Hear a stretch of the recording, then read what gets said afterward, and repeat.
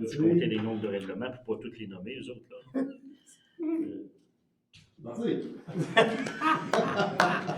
OK. Désolé! Bonsoir tout le monde, bienvenue à la séance du Conseil de ville d'Amos du 2 décembre 2024.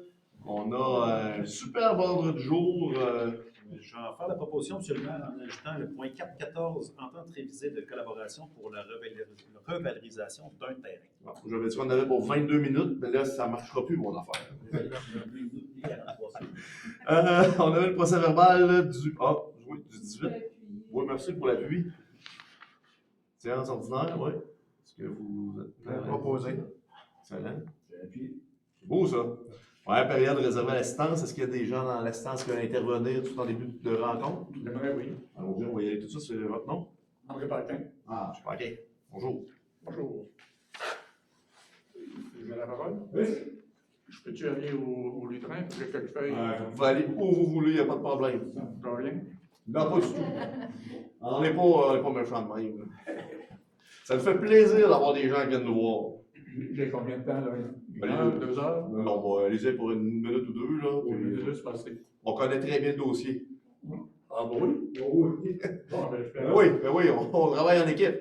Je n'ai pas besoin de dire grand-chose. D'abord, Le message s'est rendu jusqu'au conseil de ville, inquiétez-vous pas. c'est de ça que je voulais parler, là. Ça fait que André Paquin, citoyen d'Amos, payeur de taxes, votre patron, en fin de compte. Voilà. Ça fait que je regarde un petit peu mes notes parce que j'ai préparé ça 3-4 fois dans le même matin. Bon, le but que vient, comme vous semblez le savoir, c'est de signaler à votre noble comité quelques préoccupations qui me fatiguent et puis qui ne se règlent pas. Sans viser personne, ça se règle pas. Des choses simples. C'est suite à un document que j'ai fait parvenir au mois de fin janvier à des personnes ici de l'hôtel de ville, que j'ai jamais eu de réponse à ça. Je suis revenu la semaine passée, une couple de semaines, il y a 2-3 semaines, pour voir à quelle place c'était rendu, pour rencontrer les personnes à qui j'avais envoyé la missive. Et puis, comme vous le savez, j'avais envoyé la missive à M. Patrick Rodrigue, directeur général, parce que M. Michaud, la réponse qu'il me faisait ne me faisait pas mon affaire. Pour dire autrement, c'est comme si son écoute n'était pas tellement forte. Je le connais pas plus ou moins, c'est comme ça, je fais juste donner. C'est l'impression que j'ai eue, donc j'ai envoyé une missive, 4 pages, j'ai pas de secrétaire, donc c'est envoyé comme ça. M. Dastou dit que ça s'est promené dans la chose, tant mieux. Le premier point, que je veux parler, c'est le dossier des vignettes. Là. Il y a une rue qui s'appelle la 4e avenue, de l'autre côté de la rivière, qui passe juste en face du pavillon des sources. Pavillon des sources, choses comme ça, à qui on a attribué il y a X années, je ne sais pas, des vignettes de stationnement. Les stationnements, il n'y en a pas tellement sur la rue, mais les vignettes, il y a autant de maisons que de vignettes. Il y a 5 maisons. On a donné une vignette de stationnement au propriétaire qui est là. Et, prenez-en ma parole, je n'ai jamais vu personne, en 1 an et demi que je me promène là, j'y vais tous jours, mon épouse est hébergée à l'étage au 2e étage, j'y vais à tous les jours. Pendant tous mes déplacements, je n'ai jamais vu personne utiliser cette vignette de stationnement. Et je trouve ça fort désagréable, parce que dans la bâtisse, il y a une quarantaine de médecins. Les gens y vont le jour, puis il faut se présenter par la porte la plus proche, le moins loin possible. C'est des gens malades. Je trouve que ça, on peut comprendre que s'ils pouvaient trouver un stationnement propice dans l'entrée, au lieu d'aller en arrière où il y a un grand stationnement. En fait, l'historique en arrière des fameuses vignettes, ça date d'avant la construction du bâtiment, là, la résidence des sources. Oui. Avant ça.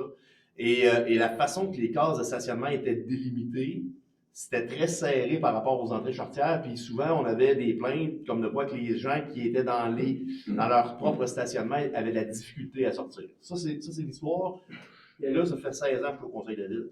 J'étais là quand on l'a fait. Et là, simplement, pour régler le problème à l'époque, étant donné que ces cases-là sont tout le temps prises, tout le temps, si vous allez aux résidences, attendez un petit peu, vous allez aux résidences Les Sources ou vous allez à l'hôpital, les rues sont toutes pleines, les cases sont toutes pleines, là. C'est à journée longue, là. Peu importe le soin ou la raison, si on enlève les vignettes, les cases vont juste être pleines. Il y aura pas plus d'espace de stationnement. Il va y avoir 3 ou 4 cases de stationnement qui vont être comblées. Ça ne laissera pas du roulement comme tel. C'est sûr qu'il y a plusieurs problématiques, là. Le fait que les cases sont un peu serrées, ça c'était problématique. Puis, en même temps, quand le bâtiment s'est construit, vous avez raison, c'était en face d'entrée, ça aurait pu faire des cases de stationnement intéressantes. Et quand on passe devant et qu'on voit que les cases sont libres, c'était un peu choquant d'être obligé de se stationner dans le stationnement payant en arrière ou d'être obligé de sillonner les rues pour trouver une case qui est libre parce que les cases libres, il n'y en a pas tant que ça. Il n'y en a pas tant que ça. Là. C'est vrai que c'est un secteur de la ville qui est très, très, très. Les grands stationnements sont utilisés. Bon. Maintenant, moi, ce que je peux vous proposer, c'est. Je pense qu'on l'a déjà fait, mais on peut peut-être le refaire. Là. Refaire une analyse par notre comité de travail pour savoir c'est quoi les solutions qui pourraient amener. Est-ce qu'on change les délimitations pour pas créer de problématiques, peut-être enlever une case ou deux. On va faire demander une analyse là, par notre équipe, puis on va vous donner une réponse. Mais pour l'instant, c'est sûr que ça ne changera pas. Merci de votre explication, mais moi les stationnements et le nombre de stationnements, ça ne me dérange pas, ça. C'est pas mon problème. Mon problème, c'est qu'il y a 5 stationnements devant le bureau, un gros bureau de médecin, que des gens, des malades, bien souvent, ne peuvent pas utiliser. Ils sont là pour rien, parce que personne n'utilise ces. À moins que ce soit juste pour histoire de sécurité là, sur les choses. Mais votre réponse est bonne, est très, très bien articulée. Il y a des raisons antiques, quelque chose comme ça, mais je pense qu'il serait temps. Vous voulu une raison pour un stationnement, au lieu de stationner les gens en parallèle, l'un à côté de l'autre, mettez tous des jeunes, les gens à chaque côté, les stationnements à chaque côté, vous allez régler votre problème là, de problème d'entrée dans les entrées de rue. Quand on a refait la rue, la largeur de la rue ne permettait pas de faire du stationnement là, en épi dans ce secteur-là pour le déneigement l'hiver. Encore là, moi je suis juste maire, c'est pas moi qui ai fait l'analyse fine là, sur le terrain. Ça serait peut-être bien de la refaire, de regarder on va poser des questions. Comme citoyen, c'est insultant de voir 5 stationnements devant la porte d'entrée de cette station-là et personne ne l'utilise. Personne ne l'utilise. Voulez-vous une face? Il y a mon chum qui a juste sa fenêtre, juste en face. Il dit, dernièrement, là, il dit, il y avait un monsieur qui était dans son salon, puis quelqu'un est venu se stationner dans sa vignette. Savez-vous ce qu'il a fait? Il a appelé la police pour dire à ce gars-là, tu n'as pas d'affaires là. C'est à moi ce stationnement-là. Tu n'as pas d'affaires là. Ça fait qu'il a appelé la police. La police est venue, ils ont donné un ticket. C'est beau, hein? C'est une belle marque de générosité et d'entraide. Hein? On a bien compris votre message, M. Paquin. Est-ce qu'il y avait d'autres choses? Oui. Parce que suite à ça, moi j'en ai cherché des stationnements pour aller à l'hôpital, voir mon médecin de famille là, j'en ai pas trouvé. Le seul que j'ai trouvé, c'est celui en bas de la côte. Et celui juste en bas de la côte, après avoir passé 2 fois, il y avait un stationnement là. Je pensais avoir un stationnement. L'hiver, l'été, c'est correct, il y a une barre jaune. Une peinture en jaune, puis l'hiver, là, au mois de janvier, dans la barre jaune, cherche-moi. Et il pourrait au moins avoir une pancarte disant aux gens, il y a une défense de stationner là. J'ai pris mon tape, je vais aller mesurer là. La distance, soit à peu près. Il y a 38 pieds. Il y a 38 pieds entre le stationnement de l'entrée du monsieur et le coin de la rue. En 38 pieds, il doit y avoir moyen de parquer un char là, sans donner l'étiquette à tour de bras. C'est un piège. C'est un piège à stationnement, cette chose-là. Je serais curieux d'aller voir, d'aller chercher, d'aller relever le nombre de stationnements payants qui ont été ramassés à cet endroit. C'est choquant. C'est choquant pour les gens qui en ont besoin. Et ils ont besoin, puis c'est des gens malades en plus. Moi, il ne faut pas que je me dépêche, parce que j'ai mon cancer de la colonne, il ne faut pas trop que je me magagne. Il y a des normes. Je pense, on me souffle à l'oreille que la norme serait respectée. Moi, je ne la connais pas par cœur, la norme, mais encore là, on va faire les vérifications d'usage. La norme, il y a une loi. Quand j'ai vu M. Michaud, je ne le connaissais pas. pour lui me plaindre de ça, parce que je me suis ramassé avec un stationnement, moi, là, à cet endroit-là. Puis pour me plaindre que, me semble que ça n'a pas de bon sens d'avoir un stationnement. Et la réponse a été, tu as quelque chose comme ça, tu as exactement vos mots, mais ça voulait dire, va en cours. Va en cours, tu auras ta réponse à ce moment-là. C'est pour ça que la lettre est arrivée, là, pour dire, il y a quelque chose ça manque un peu d'accueil, là, des abords de certains employés de l'hôtel de ville, tu prends la ligne, là. Fait que j'ai payé un stationnement, j'ai dit à monsieur, je vais le payer le stationnement, je ne peux pas le tourner, mais je sais que je vais les payer pour rien. Je vais payer ça pour rien, puis il y a bien des gens qui viennent de l'extérieur, qui sont malades, qui marchent, qui ont besoin ils se ramassent avec un stationnement. Je comprends votre doléance, surtout si la ligne jaune n'est pas très visible ou s'il y a pas de banquette. Avec 4 pouces de glace, ça ne l'est pas, monsieur. Des fois, on est déjà eu d'autres billets d'infraction, je l'ai contesté, puis je l'ai tout gagné à date, parce que c'est le gros bon sens, là, qui mène. Vous avez d'autres points? Oui. C'est une question que je ne connais pas. Vous me permettez que je le dise, mon ami? Allez-y. Parfait. Normalement, on donne 5 minutes maximum, puis 2 questions max, là, mais Je prends les minutes des autres gens qui sont ici. je vous laisse aller encore un peu. Vous êtes courtois et gentil, je vais vous laisser du temps. Le dernier, c'est que j'avais demandé à la ville d'Amos de venir réparer l'entrée, la borne de ciment à chaque hiver à l'aide. Et puis après quelques années, ben, l'aide ne baisse pas. Ça fait que j'avais 8 pouces, là, la borne pour faire ça. Fait qu'il est venu, ils sont venus avec la machine, là, un dingo, je ne sais pas, tu sais comment ça s'appelle, là, puis un bon service. Jusque-là, ça va très, très bien. Mais pour couper sa borne de ciment, il a été obligé de défaire à peu près ça de large de mon entrée en briques. Correct? Oui. Et puis, j'ai dit au contremaître, j'ai dit, bon, je n'ai pas dit tout de suite, je pensais que c'était d'office. Et puis, quand j'ai téléphoné, j'ai dit, si vous avez déplacé ce paquet de briques-là, reposez-les au moins. Et puis, si vous ne voulez pas reposer, au moins, emmène-moi ta machine, ton cutter, m'en va le faire, m'en engager du monde, puis m'en va le couper. Non, ça ne se fait pas ça. On ne peut pas passer un outil à un employé, tout le monde doit devoir l'avoir. Mais moi, non. Comme réponse, j'ai ça comme réponse. Là, je ne le sais pas. Si j'ai-tu raison ou si j'ai tort? Parce que ils ont coupé la borne, et puis la largeur qui est enlevée avec la brique, c'est qui en repose? Moi, je ne le sais pas. J'ai supposé que c'était responsabilité de la ville, vu que c'était l'autre qui l'avait fait. Mon voisin, l'année passée, il a creusé dans la rue, et puis pour une entrée d'eau, et puis pour aller rejoindre la bouteille, il a fallu que la ville a réparé dans la rue. Pour aller rejoindre la bouteille, il a fallu qui gruge la chose, la ville l'a réparé. Ils ont mis de la pelouse. Tout a très bien été. Moi, je pars avec cette idée-là que je m'attends à ça. Ça, c'est un dossier qu'on n'est pas. Moi, je ne suis pas au courant, celui-là. Et généralement, dans l'emprise de la ville, quand on fait des réparations, on replace ça comme c'était. Généralement. Je ne sais pas pourquoi qu'est-ce qui est arrivé, là, mais on fait des vérifications d'usage, mais on refait les rues, là, puis quand on brise, on répare. J'ai parlé avec le contremaître. C'est le contremaître à qui j'ai parlé. Donc, je n'étais peut-être pas vraiment de bonne humeur à ce moment-là, comprenant pas que j'étais dans le tort. T'sais.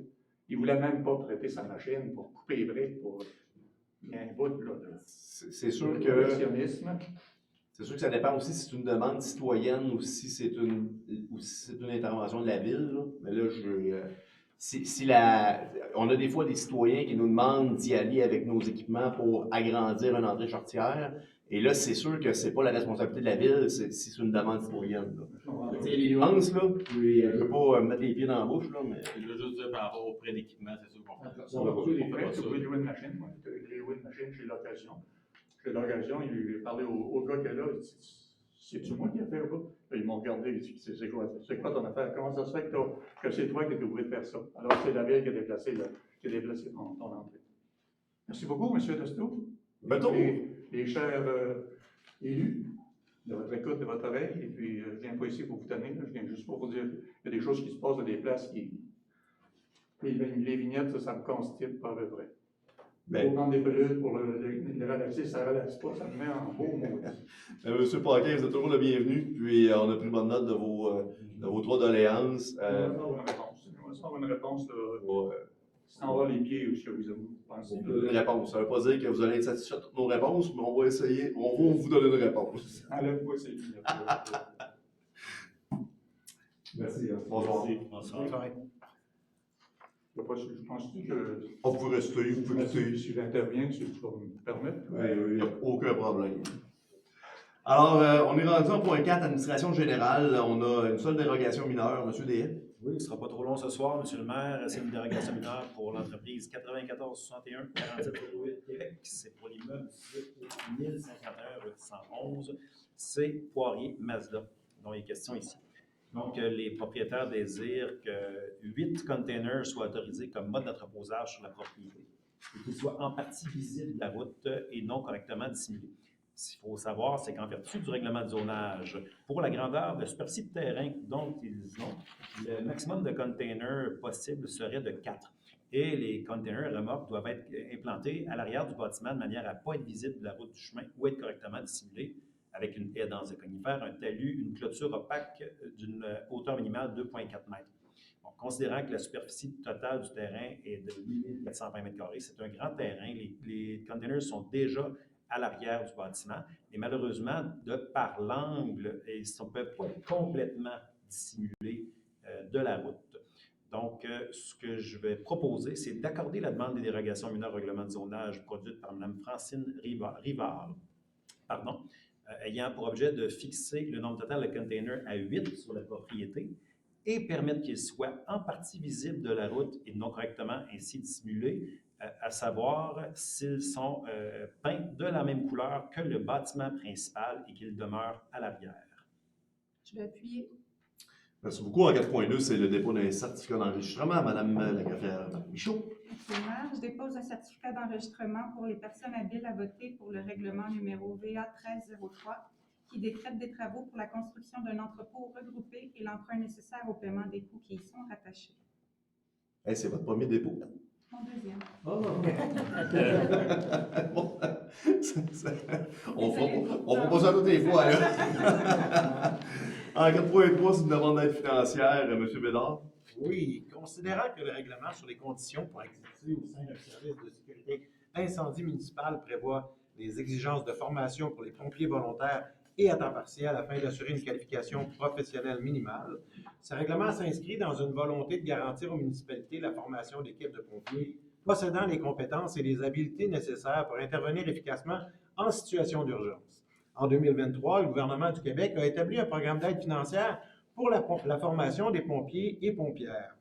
Donc, considérant que la Ville d'Amos désire bénéficier de l'aide financière offerte pour ce programme, parce qu'il compte former plusieurs pompiers dans l'année qui s'en vient, et que la Ville, pour ce faire, doit transmettre sa demande au ministère de Sécurité publique par l'intermédiaire de la MRC Abitibi, en conformité avec l'article 6 du programme. Je propose donc de présenter une demande d'aide financière dans le cadre du programme d'aide financière pour la formation des pompiers et des pompières au ministère de la Santé et Sécurité publique et de transmettre cette demande à la MRC d'Abitibi. Je l'appuie. Merci beaucoup. En 4.4 et 4.5, ce sont des ententes de partenariat territorial. M. René? Oui, monsieur le maire. Donc, la MRC et la Ville doivent définir les rôles là, en ce qui concerne le partenariat territorial en culture. Donc, ce protocole vise à baliser l'aide financière qu'octroie la MRC à la Ville pour trois choses principales, soit le poste d'agent de développement culturel territorial, le financement de l'entente de développement culturel, qui est en collaboration avec le ministère de la Culture et de la Communication, et le Fonds culturel territorial. Considérant que cette entente en matière de culture avec la MRC est jugée satisfaisante par la Ville, je vais donc proposer d'autoriser le directeur général à convenir au nom de la Ville pour des conditions de mobilité physique pertinentes et d'autoriser le maire suppléant et la greffière ou le greffier adjoint à signer au nom de la Ville une entente de partenariat avec la MRC. Le deuxième point, c'est le même principe, mais c'est pour ce qui est du partenariat territorial en tourisme entre la MRC et la Ville. Le protocole d'entente vise à baliser également l'aide financière, mais cette fois-ci pour un poste d'agent de développement touristique sur le territoire de la MRC, le financement du plan de développement touristique territorial et le financement d'un plan de marketing touristique territorial. Également, la Ville et la MRC, la Ville a trouvé l'entente suffisante. satisfaisante plutôt. Donc, je vais également proposer d'autoriser le directeur général à convenir au nom de la Ville de toutes conditions et modalités pertinentes et d'autoriser le maire suppléant, les greffiers adjoints à signer au nom de la Ville l'entente de partenariat avec la MRC. Je vais appuyer. Ça s'inscrit dans une belle collaboration avec la MRC puis la Ville-Centre, les réalités. C'est important là, d'avoir des ententes qui sont signées pour quelques années, là, puis venir, à un moment donné, on a beau faire des bonnes actions, là, mais si on les écrit pas sur du papier, surtout à la veille d'élection, c'est important qu'on ait une connaissance de ce qui se passe, puis c'est vraiment deux très bonnes ententes, alors très, très, très ravi de ce qui se passe sur notre territoire. 4.6, autorisation de signer une entente à la gestion de la marina, Mme Quedville. Oui, considérant que par la résolution 2023 adoptée le 4 décembre 2023, une entente a été signée avec le Club nautique d'Amos, laquelle demeure valide jusqu'au 31 décembre 2026. Considérant qu'il y a lieu d'apporter des précisions à cette entente et que pour ce faire, celle-ci a été amendée par l'ajout de 2 nouveaux paragraphes numérotés 9 et 10. Je propose donc d'autoriser le maire ou le maire suppléant et la greffière ou la greffière adjointe à signer au nom de la Ville l'entente avec le Club nautique d'Amos telle qu'amendée. Je vais l'appuyer. Le 104.7, c'est une autorisation de dépôt d'une demande d'aide financière. M. Brunet. Oui, M. le maire. Donc, la Ville applique le principe que la participation à une activité culturelle est une saine habitude de vie. Considérant les orientations de l'axe 2, éducation et sensibilité culturelle à la politique culturelle de la MRC, considérant que la Ville souhaite continuer à participer activement à la vie culturelle des enfants et adolescents des écoles du Centre de services scolaires Aricana. Il y a le CALC qui offre un programme justement visant à permettre aux organismes artistiques présentateurs d'œuvres, d'expositions, de spectacles professionnels de rejoindre plus d'élèves par des activités ou des représentations s'adressant au public scolaire au cours de 2024-2025. Considérant également que la programmation du Théâtre des Oscars a des sorties scolaires pour 2024-2025. Considérant que la subvention permettra justement l'octroi de contrats à un médiateur culturel afin de préparer les enfants et les adolescents aux codes spécifiques des œuvres qui seront présentées. Considérant que la subvention permettra de l'aide au transport scolaire, je vais donc proposer de déposer une demande d'aide financière dans le cadre du programme d'aide financière dans le cadre de la mesure de soutien, soit la sortie scolaire en milieu culturel pour 2024-2025 du CALC. J'ai mandaté le directeur du service de la culture et de la qualité de vie ou le chef de division du Théâtre des Oscars à présenter et signer au nom de la Ville toute documentation officielle incluant la convention d'aide financière à intervenir. Je vais l'appuyer. Merci beaucoup. En 4.8, c'est une résolution de concordance. M. Roy. Oui, M. le maire. Considérant qu'il y a lieu de modifier plus de 15 règlements d'emprunt en conséquence, M. le maire, je propose que les obligations soient signées par le maire et la greffière trésorière, ou trésorier bien sûr, la Ville d'Amos, tel que permis par la loi à mandater la Caisse des Jardins afin d'agir en tant qu'agent financier authentificateur, et les obligations entreront en vigueur uniquement lorsqu'elles auront été authentifiées. C'est plus de 7 830 000 $ que, en ce qui concerne les amortissements annuels de capital prévus pour les années 2030 et suivantes, le terme prévu dans le règlement d'emprunt soit plus court que celui originalement fixé, c'est-à-dire pour un terme de 5 ans à compter du 16 décembre 2024, au lieu du terme prescrit pour le dit amortissement. Chaque émission subséquente devra être pour le sol ou partie du sol dû sur l'emprunt. Je l'appuie. Excellent. En 4.9, c'est une autorisation avec le club de motoneige d'Amos, M. Bédard. Oui, M. le maire. Donc, considérant que le Club de motoneige d'Amos a demandé à la Ville l'autorisation d'accéder à une partie du centre-ville par l'utilisation de sections de rues et de ruelles afin de permettre aux membres motoneigistes d'avoir accès à divers restaurants et commerces. Donc, le Club de motoneige d'Amos compte, après avoir obtenu les divers droits de passage avec les propriétaires, de faire l'entretien de ce sentier qui sera considéré. Après analyse, le meilleur trajet sécuritaire donnant accès à plusieurs restaurants et commerces en motoneige est d'utiliser la section de la première avenue Est entre le Maxi et la 3e rue Est, puis ensuite pouvoir soit tourner à gauche pour aller vers Place Centre-Ville ou tourner à droite pour, par la ruelle, communiquer avec le restaurant Mike's. Donc, ça va apporter un achalandage au centre-ville qui profitera autant aux motoneigistes qu'aux restaurateurs ainsi qu'aux commerces sur place. Il y aura lieu, bien sûr, de restreindre les heures d'affluence des motoneiges dans ces sections de rue et de ruelles chaque jour entre 8h et 21h. Considérant que la loi sur les véhicules hors route permet aux municipalités d'autoriser la circulation de véhicules hors route sur les chemins municipaux sur une distance maximale d'1 km, le tout sera respecté. Donc, le club de motoneige est responsable de fournir à la ville d'Amos les panneaux de signalisation, la quincaillerie, afin de diriger les motoneigistes sur le réseau routier vers les lieux de destination et de fournir des panneaux indiquant la restriction des heures d'affluence.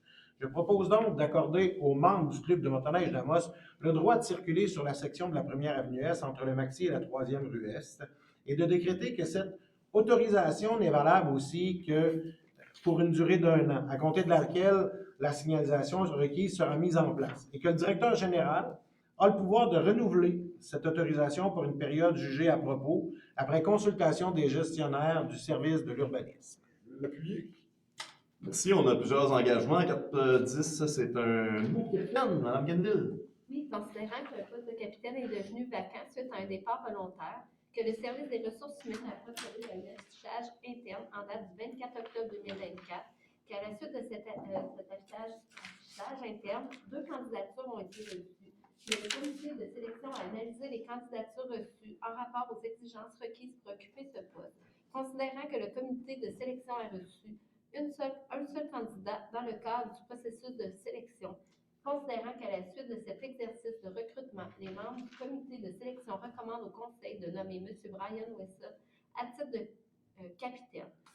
En conséquence, je propose de nommer M. Brian Wessel à titre de capitaine au service des incendies à compter du 3 décembre 2024, assujetti à une période de probation de 1 an, le tout étant soumis aux conditions de travail prévues pour cette catégorie d'employés en se référant à la politique de la gestion de la rémunération globale concernant le personnel du service des incendies de la ville d'Amos. Je vais l'appuyer. Merci. En 4.11, c'est un pompier à temps complet. Madame Michaud. Oui, Monsieur le maire, considérant qu'un poste de pompier à temps complet est vacant depuis le 1er novembre 2024 suite à un départ volontaire, les ressources humaines ont procédé à un affichage externe en date du 6 novembre. À la suite de cette recherche, 9 personnes ont manifesté un intérêt pour le poste. Le comité de sélection a reçu cependant 2 candidats d'entrevue dans le cadre du processus de sélection. Considérant qu'à la suite de ces exercices, le comité recommande au conseil d'engager M. Frédéric Bouillet-Gué au poste de pompier à temps complet. M. Frédéric Bouillet-Gué est à l'emploi de la ville d'Amos depuis le 27 juin 2023 et il répond aux exigences du poste. Donc, je propose d'engager M. Bouillet-Gué au poste de pompier à temps complet au service des incendies. Je vais l'appuyer. Excellent. En 4.12, on engage un ouvrier d'entretien, M. Roy. Oui, toujours dans la même veine.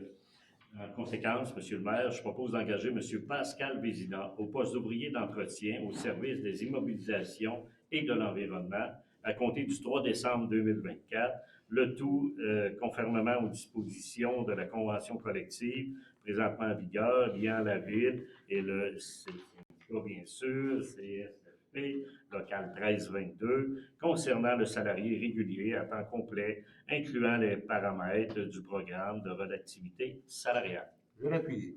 Et en 4.13, c'est un opérateur de véhicules spécialisé, Mme Michaud. Monsieur le maire, un poste d'opérateur de véhicules spécialisé vacant depuis le 5 novembre suivant une nomination à l'interne. Le service des ressources humaines a procédé à un affichage à l'interne en date du 7 décembre et une seule candidature a été reçue. À la suite de cet exercice, le comité recommande au conseil d'engager M. Jonathan Fauché au poste d'opérateur de véhicules spécialisés. M. Fauché est à l'emploi de la ville d'Amos depuis le 6 février 2023 et il répond aux exigences. Donc, je propose d'engager M. Fauché au poste d'opérateur de véhicules spécialisés au service des travaux publics à compter du 3 décembre 2024. Merci beaucoup. En 4.14, c'est une entente avec DevCore. M. Dave. Oui, M. le maire. DevCore est propriétaire du terrain situé au 352 1er avenue Est d'Amos. La compagnie a procédé à la démolition des structures sur le terrain, a commencé des travaux de décontamination. lesquels se sont avérés plus complexes que prévu. Donc, j'ai proposé de révoquer l'entente initiale et de la remplacer par une nouvelle entente visant à soutenir la revalorisation du terrain. Je vais l'appuyer. Excellent. Alors, on n'a pas de procédure, pas de dons et subventions, pas d'informations publiques. Alors, on est rendu à la deuxième période réservée à l'assistance. Vous avez des questions? C'est encore votre chance. Moi, je ne peux pas retourner. Oh, oui. Ah, on fait plaisir. Vous êtes souriant, on a du fun. On est là pour. Juste pour ça. Le genou? Ça va comme ça? Je sais pas, ok. On va tenir ça, on va tenir ça mollo comme ça. Alors, merci tout le monde. On va pouvoir lever la séance. Toujours un grand plaisir de vous savoir en salle ici et à la maison.